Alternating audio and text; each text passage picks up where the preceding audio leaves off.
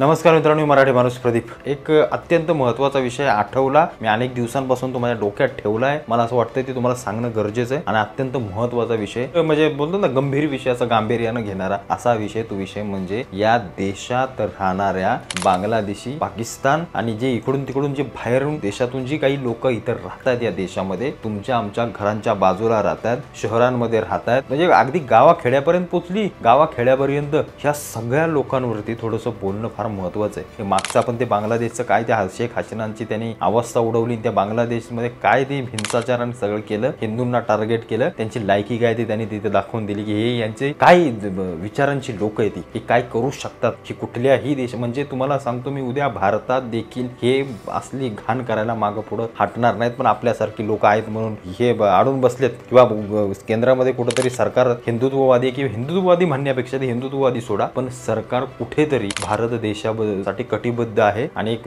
मला असं वाटलं की एक चांगलं सरकार आहे आणि त्याच्यामुळे ही सगळी लोक थोडीशी शांत आहेत. आता हेच जर दुसरं कुठलं सरकार असेल, तुम्ही म्हणताय मोदी मी काय करतोय, इथं जर दुसरं कोणी असतं ना, बांगलादेशच्या त्या सगळ्या त्या आपली जी सीमा आहे बांगलादेश आणि भारताची, तिथून कित्येक लोक आज भारतात आली असती. कित्येक लोक भारतामध्ये येत आहेत, घेतली जात आहेत, आणली जात आहेत. पश्चिम बंगाल एक असं राज्य आहे, तिथल्या ममता बॅनर्जींना 40 ते 50% मतदान हे त्या रोहिंग्यांचं होतं. तुम्हाला माहिती आहे का? आपल्याला माहिती आहे या सगळ्या गोष्टी? नाही माहिती का? त्यांचं आधार कार्ड कोण बनवतो, त्यांचं पॅन कार्ड, त्यांच्या सगळ्या गोष्टी इथं आल्यानंतर राशन कार्ड सहित इथं बनवलं जातं. असली घाणेरडी नालायक ही सगळी व्यवस्था आपली सगळी, हे आपले पण तेच आहेत. हे महाराष्ट्रातले तरी कुठले लायकीचे आहेत ही सगळी प्रशासकीय व्यवस्था? अर्धे तर साले असलेच आहेत सगळे पैसे खाणारे.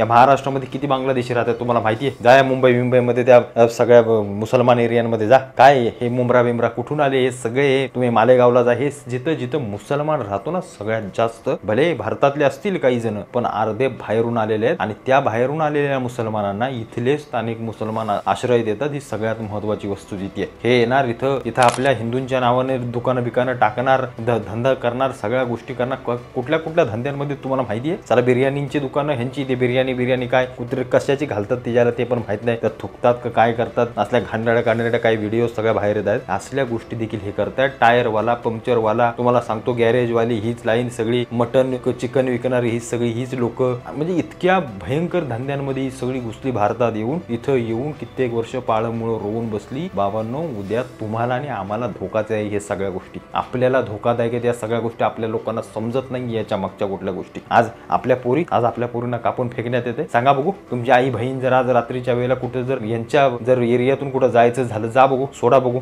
सुरक्षित येतात का बघा. नाही येऊ शकत. का? तुम्ही सुरक्षित ठिकाणी राहताय, त्याच्यामुळे तुम्हाला वाटते की सगळं सुरक्षित आहे, सगळा देश सुरक्षित आहे. पण जी माणसं अशा सगळ्या भागांमध्ये राहतात तिथं त्यांना असुरक्षित वाटतं. का वाटतं? म्हणजे इथले स्थानिक मुसलमान तसे आहेत का? नाही, निश्चित नाही. इथले मराठी मुसलमान, आपले देशातला जो स्थानिक मुसलमान आहे, जो कित्येक वर्षांपासून इथं राहतोय, तो असल्या गोष्टींमध्ये नाही पडत. पण हे जे बाहेरून सगळे जे घाणेरड्या अवलाद इथं आलेत, इथं राहिलेत, इथं जे सगळ्या गोष्टी त्यांनी आपले सगळ्या गोष्टी हक्क जे सगळे सांगतायत ना, ही लोक सगळ्यात जास्त धोकादायक आणि ही लोकच या सगळ्या गोष्टी करतात. हे आपल्याला समजून घेतलं पाहिजे. आज तुम्हाला सांगतोय, सरकार सांगते बांगलादेशी, एक बांगलादेशी पकडलं, दोन, अरे एक दोन काय, हजारो लाखो बांगलादेशी पडले त्या देशामध्ये आणि राज्यामध्ये. सगळ्यात जास्त बांगलादेशी राहतात महाराष्ट्रामध्ये आणि बंगालमध्ये, आपल्या कोणालाच माहित नाहीये. म्हणजे या सगळ्या गोष्टी कुठंतरी सरकार म्हणून मतं मिळवण्यासाठी यांची वोटिंग कार्ड काढली जातात त्यांची. कोणी, मी सगळ्यांनाच बोलतोय, सत्तेतले असो नाही तर विरोधातले असो, मतांसाठी यांच्या वोटिंग कार्ड पासून, लाईट देण्यापासून, यांना घरच्या वस्तू देण्यापासून, यांना अनधिकृत घरं बांधून देण्यापर्यंत राजकारणी हात चालवतात. आणि म्हणून हे सगळे बाहेर काढत नाहीयेत, हे लक्षात घ्या. म्हणजे थेट तुम्हाला आणि आम्हाला धोक्याची घंटा आहे. राजकारणी 5 वर्ष आमदार होतो, एक राजकारणी 5 वर्ष आमदार होतो, पण तो 5 वर्षासाठी तुमच्या 5 पिढ्यांना मातीमोल करतोय. लक्षात ठेवा.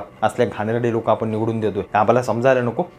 तुम्ही कुणाला तुमचा पैसा देताय? आज तुमच्या घराच्या खाली असणारा दुकानवाला बांगलादेशी, त्याच्यासोबत तुम्ही रोजचा व्यवहार करताय, रोजचं त्याच्याकडून घेताय, सगळ्या गोष्टी करताय, तुम्ही त्यांना बळकट करताय. मी काय मुसलमानांच्या विरोधात बोलत नाहीये. जे चांगले आहेत या देशातले ते चांगले आहेत, पण हे जे बाहेरून आलेत आणि त्यांना काहीतरी करायचंय ना, जे तुम्ही बांगलादेशमध्ये पाहिलं, तेही इशारा होता. तुम्हाला माहित नाही ते बांगलादेशचं राजकारण की जागतिक दर्जावर केवढं मोठं रंगवण्यात आलंय. त्याला कुठून फंडिंग देण्यात आलं, कुठून कसं त्या सगळ्या गोष्टी त्या शेख हसीनाला मातीमोल करण्यात आलं. म्हणजे ज्या बाईनं बांगलादेश सारखा देश आर्थिक चौकटी चांगल्या ह्याच्यामध्ये नेऊन ठेवला, तिला हरवण्यासाठी आयसिस सारख्या मोठ्या संघटनांकडून कित्येक लोक घुसवण्यात आली, कित्येक लोक म्हणजे तिथं इतकी घाणेरडी परिस्थिती निर्माण केली। हे सगळं करणारी लोक भारताकडे उद्या या करायला मागे पुढे पाहणार नाहीत, हे लक्षात घ्या। आज तुम्ही आम्ही चांगल्या घरात शहरांमध्ये राहतोय, आपल्याला बाहेरच्या देशाच्या सीमांवरती काय चाललंय आपल्याला माहित नाही। आज आपण इथं बसतोय तर काश्मीरमध्ये आपला जवान मरतोय, त्याला मारणारे कोण आहेत? कोण आहेत त्याला मारणारे? म्हणजे कोणतरी देशाविरोधात षडयंत्र करतंय ना, कोणतरी मारतंय ना, काहीतरी चालू आहे ना। आम्हाला त्याचं काही घेणं नाही। आमचं आपलं नरेंद्र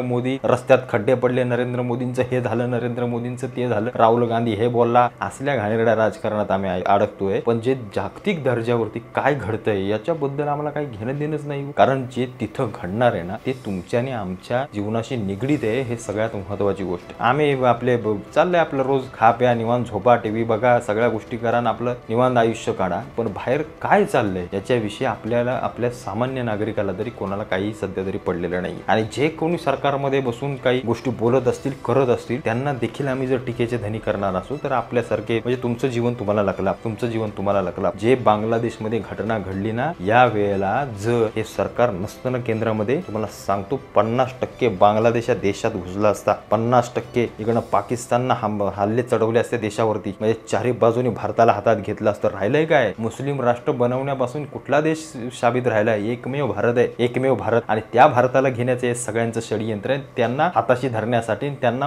पाठबळ देण्यासाठी चायना सारखा एक मोठा आर्थिक बाजूनी सक्षम असणारा देश या सगळ्या गोष्टींना पाठबळ देतोय। ही सगळ्यात महत्त्वाची गोष्ट आहे, पण आपल्या लोकांना समजेल ते काय? आम्हाला नाही समजत। आम्हाला फक्त कळतं की हिंदू मुस्लिम। अरे मुस्लिम काय सगळेच वाईट नाहीयेत, पण सगळेच चांगले पण नाहीत ना, सगळेच चांगले तर नाहीयेत ना। मग या सगळ्या गोष्टी होत म्हणजे आज ते कालची ती पुण्यातली बातमी, त्या कुठल्या कमला नेहरू हॉस्पिटलमध्ये बांगलादेशी घुसले, कुणी आणलं त्यांना इथं? कसे आले ते? कोणी दिली त्यांना कागदपत्र? कोण देतंय त्यांना घर बांधून? कोण यांना पोचतंय? आज जरी पोलिसांना सांगितलं ना की राज्यातले सगळे बांगलादेशी बाहेर काढला, 5 ते 7-8-10 लाख लोक बाहेर निघतील, एवढी लावलादी या सगळ्या घुसलेल्या तुमच्या राज्यांमध्ये, तुमच्या घराघरापर्यंत येऊन पोहोचले। दाढीबेडी काढून टाकतात आणि आपल्या हिंदूंची नावं टाकून दुकानं बिकानं धंदे बिंदे चालवतात। तुम्हाला माहिती आहे नाही? या गोष्टी माहिती आपल्याला? आम्ही आपलं काय, आम्हाला चिकन खायचं चाललंय आपला, रोज घेतोय मोहम्मद अन्सारीकडनं रोज आपलं। कोण अन्सारी, कुठला, काय आलाय, कुठून आम्हाला माहिती आहे? नाही माहिती। आणि याच्यामुळं इथला स्थानिक मुसलमान भरडला जातोय, जो कित्येक वर्षांपासून आपली नाळ इथं टिकवून या मातीशी, आणि या मातीशी तो स्वाभिमानानं राहतोय। असले जे 2-4 आहेत, हे काही लय नाहीये ते मुसलमान, मी तुम्हाला सांगतो 2-4 आहेत, पण ते 2-4 आहेत ना, त्यांचं नाव या बाकीच्यांमुळे खराब होतंय। हे त्या मुसलमान लोकांनी देखील लक्षात ठेवावं की तुमचीच लोक तुमचा कसा पाय खेचे, जे बाहेर आले ते बांगलादेश इकडून तिकडून, आणि तुमच्यातले देखील काही। त्याच्यामुळे एक गोष्ट लक्षात घ्या की ही लोक येणाऱ्या काळामध्ये आपल्याला किती धोकादायक आहेत, आणि या लोकांना जर कुठेतरी थांबवायचं असेल तर काहीतरी NRC सारखा एखादा कायदा येणं किती महत्त्वाचं आहे। NRC तर CAA सोडा, CAA गेल्या तेल होती काय ते लागू झालं, ते बाहेरचे हिंदू आपले इथं आणायचे होते, पण NRC सारखा कायदा, जो कायदा या देशातल्या नागरिकांना, जिथले मूळ आहेत त्यांना मूलभूत अधिकार देण्याचा कायदा आहे। बांगलादेशवरून आलेली लोक 20-25 वर्षापासून इथं राहत असतील ना, तर त्यांची मुलं इथं शिकतायत, इथं नोकऱ्या घेतायत, तुमच्या हाताचे उद्योगधंदे पळवतायत। हे म्हणजे तुमच्या एखाद्या एरियात जर एखादं पंक्चरवाल्याचं दुकान टाकलं तर आपला पोरगा एखादा टाकणार असेल तर त्याची जागा हे भरून काढतात। तुम्हाला उदाहरण देतोय मी, ही जागा त्यांची भरून काढतात। त्याच्यामुळे NRC आली ना, कित्येक बाहेरचे घुसखोर या देशातून पळून जातील, त्यांना काढलं जाईल। त्यातून एक महत्त्वाची गोष्ट होईल, ते म्हणजे या देशामध्ये एक सुसूत्रता निर्माण होईल, एक सुसज्ज प्रशासन निर्माण होईल, तरुणांच्या हाताला काम लागेल,